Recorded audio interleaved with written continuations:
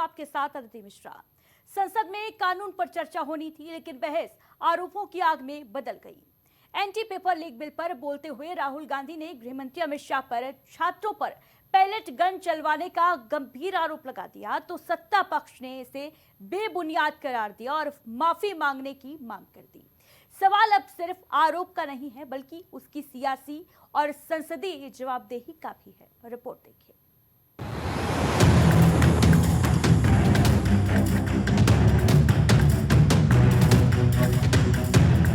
तो कल को कोई भी मेंबर उठ के कुछ भी बोलेगा, लाठीचार्ज की इंक्वायरी होना चाहिए, लेकिन आप नाम लेकर किसी का कहें ये उचित नहीं है। किसने छात्रों पर गोलियां चलाई? लोकसभा में सरकार का पारा हाई। राहुल के बयान ने आग भड़काई। जंग में बदली सदन की कार्रवाई। जंतर मंतर पर छात्रों के प्रदर्शन और धर्मेंद्र प्रधान के इस्तीफे के बाद से ही सियासत का तापमान काफी गर्म है। उसी कड़ी में लोकसभा में एंटी पेपर लीक बिल पर बहस के दौरान अचानक सियासी पारा चढ़ गया। नेता प्रतिपक्ष राहुल गांधी ने गृह मंत्री अमित शाह पर बेहद गंभीर आरोप लगा दिए। राहुल गांधी ने कहा कि प्रदर्शन कर रहे बच्चों पर पैलेट गन चलाने का आदेश गृह मंत्री ने दिया। इतना ही नहीं, उन्होंने दावा किया कि गृह मंत्री डरे हुए हैं और इसीलिए सदन में मौजूद नहीं है। That the so-called Home Minister of this country does not have the courage to come and sit here. He does not have the courage to come and sit here. Sir, please. आज प्रश्न I saw the Home माननीय Minister. मंत्री जी बैठे हैं, जिनका विधेयक है वो बैठे हैं। I saw the Home Minister, sir. Carcade. Sir, I saw the carcade. 30 cars. With the Home Minister sitting inside the car. Like that. Looking. Shaking. Sir, the Home Minister authorized the shooting of our students, sir.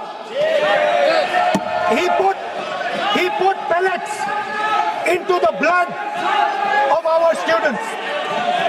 He ordered the students of India to be shot. Rahul Gandhi के आरोपों पर सबसे तीखी प्रतिक्रिया संसदीय कार्य मंत्री किरेन रिजिजू की ओर से आई। रिजिजू ने कहा कि बिना किसी सबूत के गृह मंत्री पर ऐसा आरोप लगाना बेहद गैर जिम्मेदाराना है। उन्होंने राहुल गांधी से सदन में तुरंत माफी मांगने की मांग की।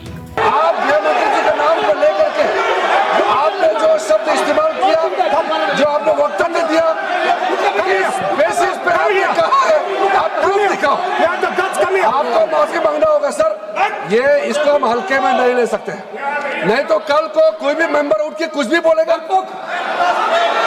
अभी मैं कहूँगा कि राहुल गांधी जी ने किसी को मर्डर किया है, बोल सकते हैं क्या? नहीं, ये सर ये ठीक बात नहीं है। आप कैसा आपको ये पता चला और किस बेसिस पे बोल रहे हैं, आप पहले उसका ब्यौरा देना चाहिए, आप माफी मांगना चाहिए, ऐसा नहीं चलेगा। हंगामे के बीच सपा अध्यक्ष अखिलेश यादव राहुल गांधी के समर्थन में उतरा है। अखिलेश ने कहा कि अगर नेता प्रतिपक्ष ने इतना गंभीर आरोप लगाया है तो सरकार की जिम्मेदारी है कि बताए बच्चों पर बल प्रयोग किसके आदेश पर हुआ। हालांकि रिजिजू ने जवाब देते हुए कहा कि जांच की मांग अलग बात है, लेकिन बिना आधार गृह मंत्री का नाम लेना गलत है। अध्यक्ष महोदय, अगर नेता प्रतिपक्ष ने कोई गंभीर आरोप लगाया सरकार पे, तो ये सरकार की जिम्मेदारी बनती है कि किसके ऑर्डर पे पुलिस ने बच्चों पर, छात्रों पर, युवाओं पर इस तरह का व्यवहार किया है।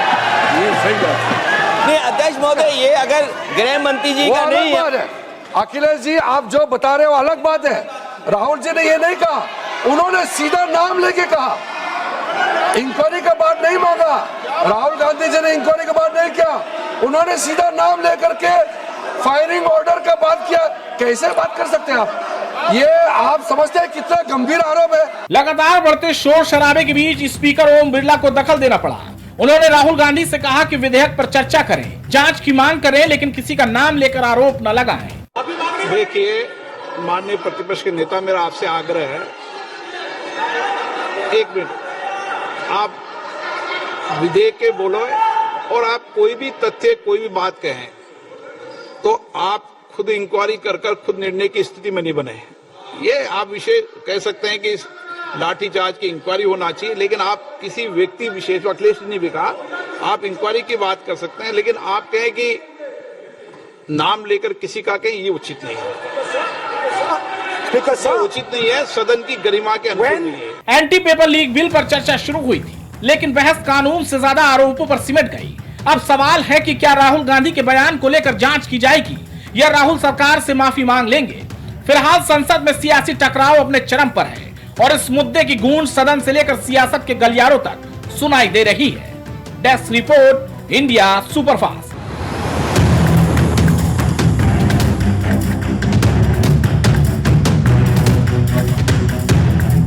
कल को कोई भी मेंबर उठ के कुछ भी बोलेगा। लाठीचार्ज की इंक्वायरी होना चाहिए, लेकिन आप नाम लेकर किसी का कहें ये उचित नहीं है। 2027 में होने वाले विधानसभा चुनाव के लिए बीजेपी अपनी रणनीति को रफ्तार दे रही है। इसके साथ ही सपा के पीडीए का एक बड़ा काट खोजने के लिए बिगुल फूंकने जा रही है। जी हां, संत रविदास की जयंती पर बीजेपी कलश यात्रा के जरिए वोटों की मात्रा बढ़ाने का रास्ता तलाश रही है। कैसे, इस खास रिपोर्ट में देखिए।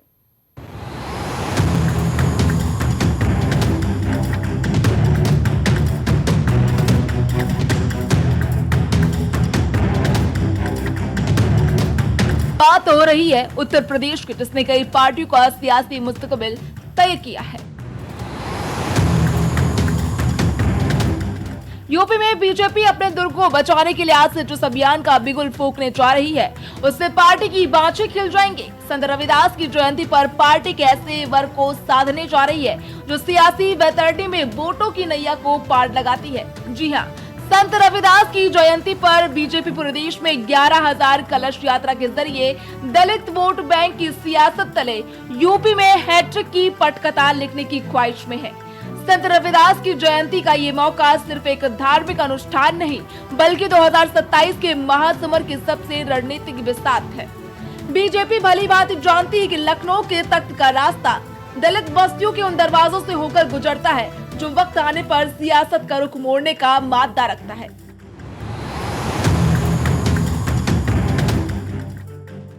दो 2027 में होने वाली विधानसभा की लड़ाई के लिए बीजेपी ने अपनी कमर कस ली है।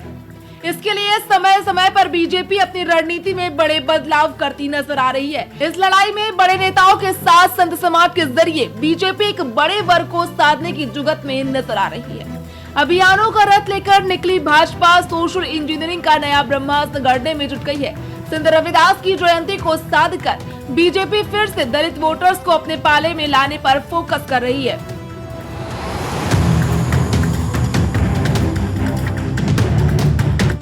दलित फिट, जीत सुनिश्चित।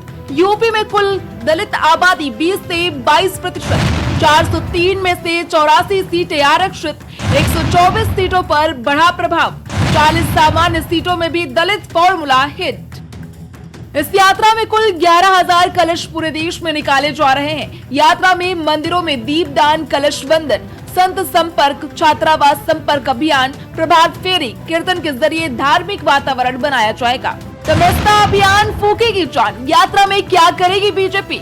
मंदिरों में दीपदान, कलश वंदन, संत संपर्क, छात्रावास संपर्क अभियान, प्रभात फेरी, कीर्तन।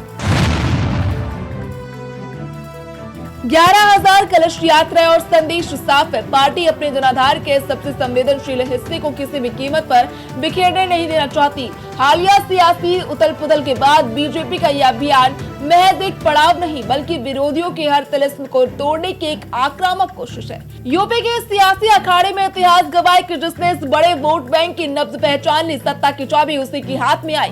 बीएसपी के ढहते किले और समाजवादी पार्टी की पीढ़ी की रणनीति के बीच बीजेपी का यह मास्टर स्ट्रोक विरोधियों के खेमे में यकीनन खलबली मचाने वाला है। अब देखना ये होगा कि कलश यात्राओं का ये सियासी कारवां क्या पार्टी को फिर से उसी बुलंदी पर पहुंचाएगा। क्या दलित सियासत की ये नई पटकथा बीजेपी के लिए नई हैट्रिक की गारंटी बनेगी, या फिर यूपी का सियासी दंगल कुछ और ही दांवपेच दिखाएगा? नजरें पूरे देश के उत्तर प्रदेश के इस रण क्षेत्र पर टिकी है। Desk report, India superfast. वहीं संसद के मानसून सत्र में हंगामा है, शोर है, चित्कार है, गुस्सा भी है। मुद्दे अलग अलग जरूर हैं, लेकिन विपक्ष के निशाने पर केंद्र की मोदी सरकार। इस बीच आज संसदीय भाषा को लेकर पुराने जख्मों को कुरेदकर संसद की कार्यवाही में गतिरोध का बाढ़ छोड़ा जा रहा है, लेकिन दूसरी तरफ समाजवादी पार्टी उत्तर प्रदेश के चुनाव को भुनाने के लिए राम नाम का जाप देश के सबसे बड़े अखाड़े में कर रही है। आखिर इसके पीछे समाजवादी पार्टी की मंशा क्या है, इस खास रिपोर्ट में देखिए।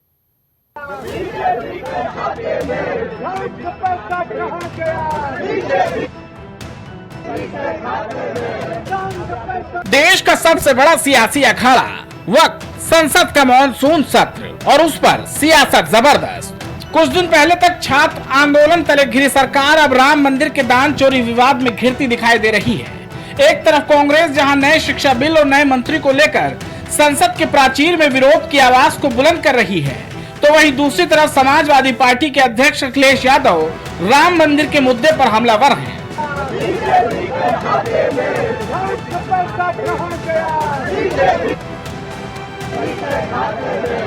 अयोध्या एक ऐसा मुद्दा है जिसको लेकर हमेशा से सियासतदानों ने अपनी सियासी रोटियां सेकी हैं और अब इस मुद्दे को भुनाकर समाजवादी पार्टी के मुखिया अखिलेश यादव अपने सियासी वनवास को खत्म करने की जुगत में हैं। एक तरफ राम मंदिर में एसआईटी का गठन किया जा चुका है, आरोपी जेल में अपने गुनाहों की आंच में तप रहे हैं, तो दूसरी तरफ समाजवादी पार्टी बड़ी मछलियों को बचाने का आरोप लगा रही है। 2024 में अयोध्या का दुर्ग बीजेपी के हाथों से छीनकर अखिलेश की झोली में डालने वाले नेता और सांसद अवधेश प्रसाद ने जो कहा उसे सुनिए। आपको बधाई देता हूं कि आपने खुलासा किया, लेकिन अफसोस है कि भारतीय जनता पार्टी के लोग, उनकी सरकार बड़ी बड़ी मछली को बचा रही है, लेकिन ये कितनों बचाएं, प्रभु श्री राम के मंदिर का डकैती है, करोड़ों करोड़ों लोगों की आस्था का सवाल है।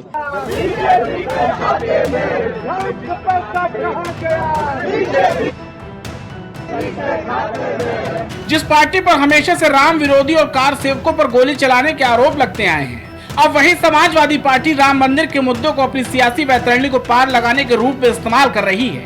यही कारण है कि यूपी के सिरमौर योगी आदित्यनाथ सपा कांग्रेस को इस मुद्दे पर कई बार घेरते हुए आए हैं। कोई सोचता था अयोध्या में इंटरनेशनल एयरपोर्ट बन पाएगा? इस समाजवादी पार्टी के लोग विरोध करते थे, एयरपोर्ट के नाम पे गुमराह करते थे।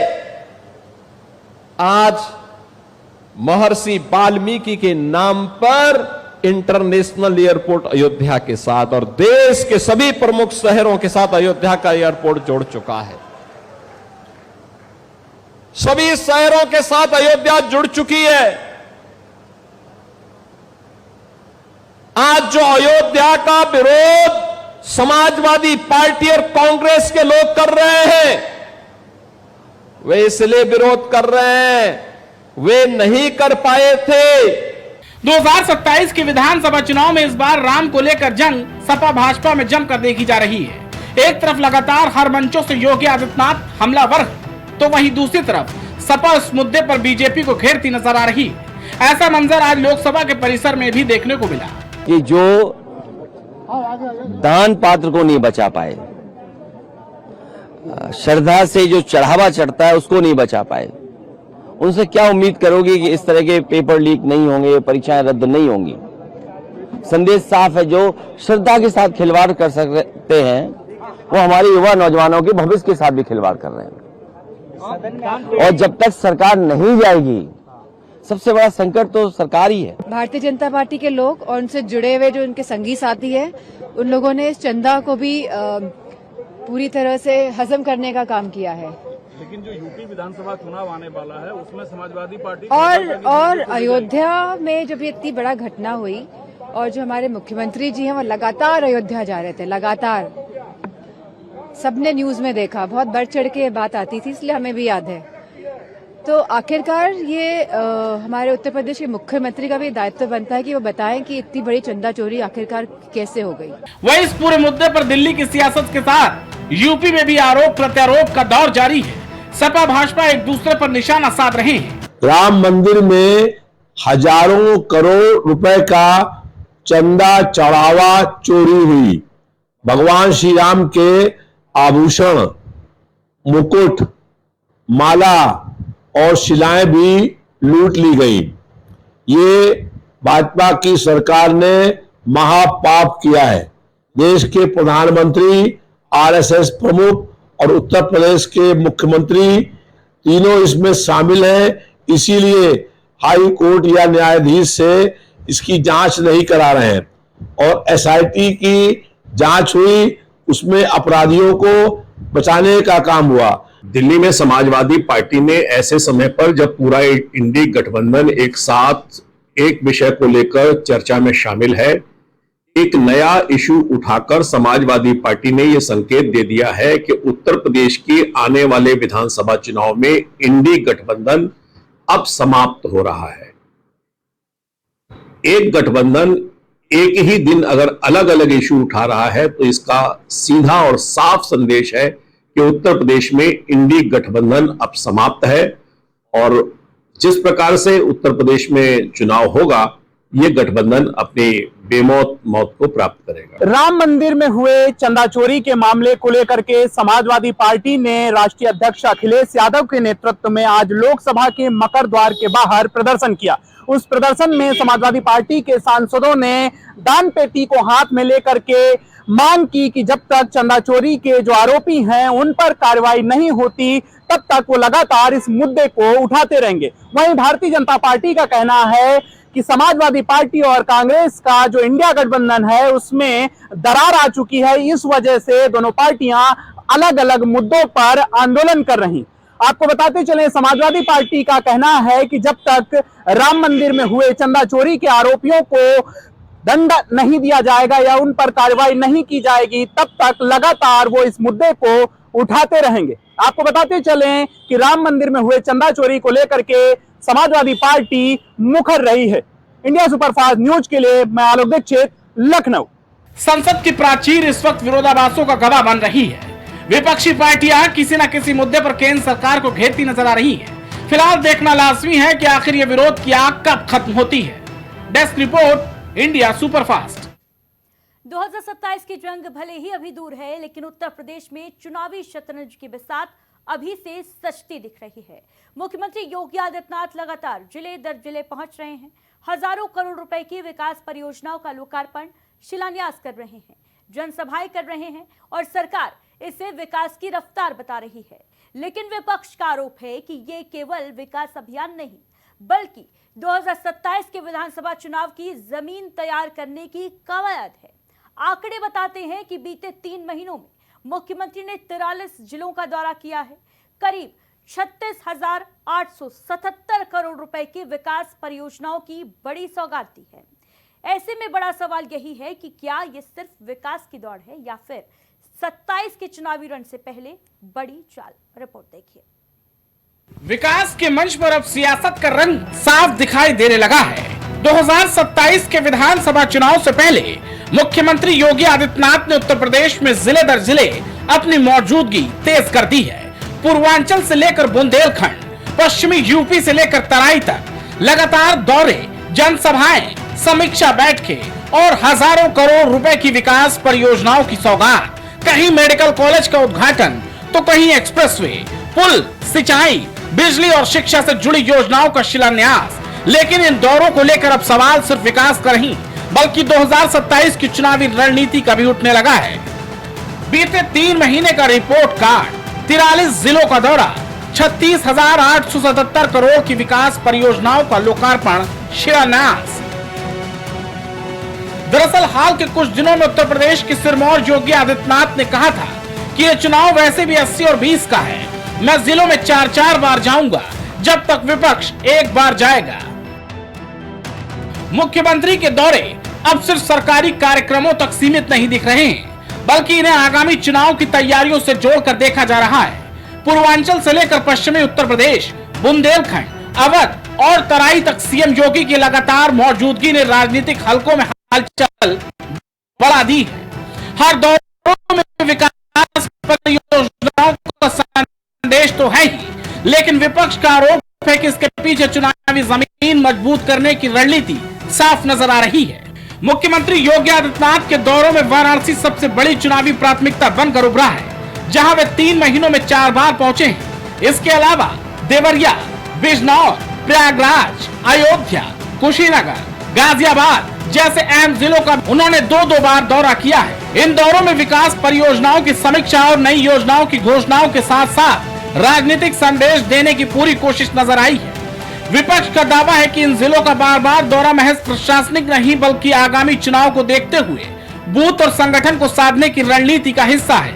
वहीं सरकार का कहना है कि मुख्यमंत्री ये लगातार दौरे पर विकास परियोजनाओं की मॉनिटरिंग, अधिकारियों की जवाबदेही तय करने और योजनाओं को समय पर पूरा कराने के लिए, लेकिन विपक्ष इस दावे को मानने को तैयार नहीं है।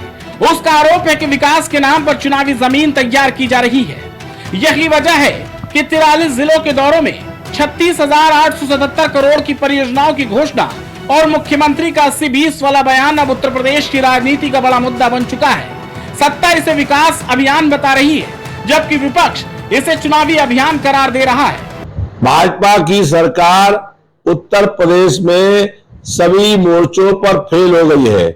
प्रदेश के मुख्यमंत्री दौरा कर रहे हैं, लेकिन कहीं कोई विकास का काम नहीं हो रहा है। जनता के पैसे में लूट हो रही है, जनता का पैसा जमीन पर खर्च नहीं हो रहा है और प्रदेश के मुख्यमंत्री पूरे प्रदेश में अधिकारियों से वसूली करने के लिए दौरा करने का काम कर रहे हैं। 27 में समाजवादी पार्टी की सरकार बनने जा रही है और अखिलेश यादव जी प्रदेश के मुख्यमंत्री बनने जा रहे हैं। बाबा अपनी जबान से बोलेंगे 80-20 का खेल होगा। बाबा बोलेंगे 80-20 और उधर से सपा वाले बोलेंगे 20 हमारी जेब में है। हम किसी के जेब में नहीं है। हम किसी धर्म के खिलाफ थे ना कभी रहेंगे इंशाअल्लाह ताला। हमारी लड़ाई किसी धर्म के खिलाफ ना थी ना रहेगी। हमारी लड़ाई हमारी इज्जत की लड़ाई है। हमारी लड़ाई हमारे हुकूक की लड़ाई है। हमारी लड़ाई इंसाफ की लड़ाई है। उत्तर प्रदेश विधानसभा चुनाव में भले ही अभी वक्त है, लेकिन मुख्यमंत्री योगी आदित्यनाथ लगातार जिलों का दौरा करके जो विकास कार्यों का निरीक्षण कर रहे हैं और लगातार हर जिले के दौरे पर जा रहे हैं। वहीं उनके दौरों पर विपक्ष लगातार सवाल उठा रहा है और विपक्ष कहना है कि 2027 के विधानसभा चुनाव की हार को देखते हुए मुख्यमंत्री लगातार दौरे कर रहे हैं। विपक्ष यह भी आरोप लगा रहा है कि 2027 के चुनाव में भारतीय जनता पार्टी की जमीन हिल चुकी है और इस डर को देखते हुए मुख्यमंत्री योगी आदित्यनाथ लगातार दौरे कर रहे हैं। अब देखने वाली बात यह होगी कि क्या मुख्यमंत्री के इन दौरों का असर 2027 में होने वाले विधानसभा चुनाव में पड़ेगा या जो विपक्ष कह रहा है उसकी बात सही होगी। इंडिया सुपरफास्ट न्यूज के लिए मैं आलोक दीक्षित, लखनऊ। अब असली सवाल ये कि क्या ये हजारों करोड़ की परियोजनाएं तय समय पर पूरी होंगी और जनता तक उनका लाभ पहुंचेगा, या फिर दौरे चुनावी सियासत का सबसे बड़ा हथियार बनकर रह जाएंगे। इतना तय है कि जैसे जैसे चुनाव करीब आएंगे, विकास बनाम चुनावी रणनीति की ये बहस और तेज होती जाएगी। Special report, India superfast. और इन्हीं खबरों के साथ स्पेशल रिपोर्ट में इतना ही। दीजिए इजाजत, नमस्कार।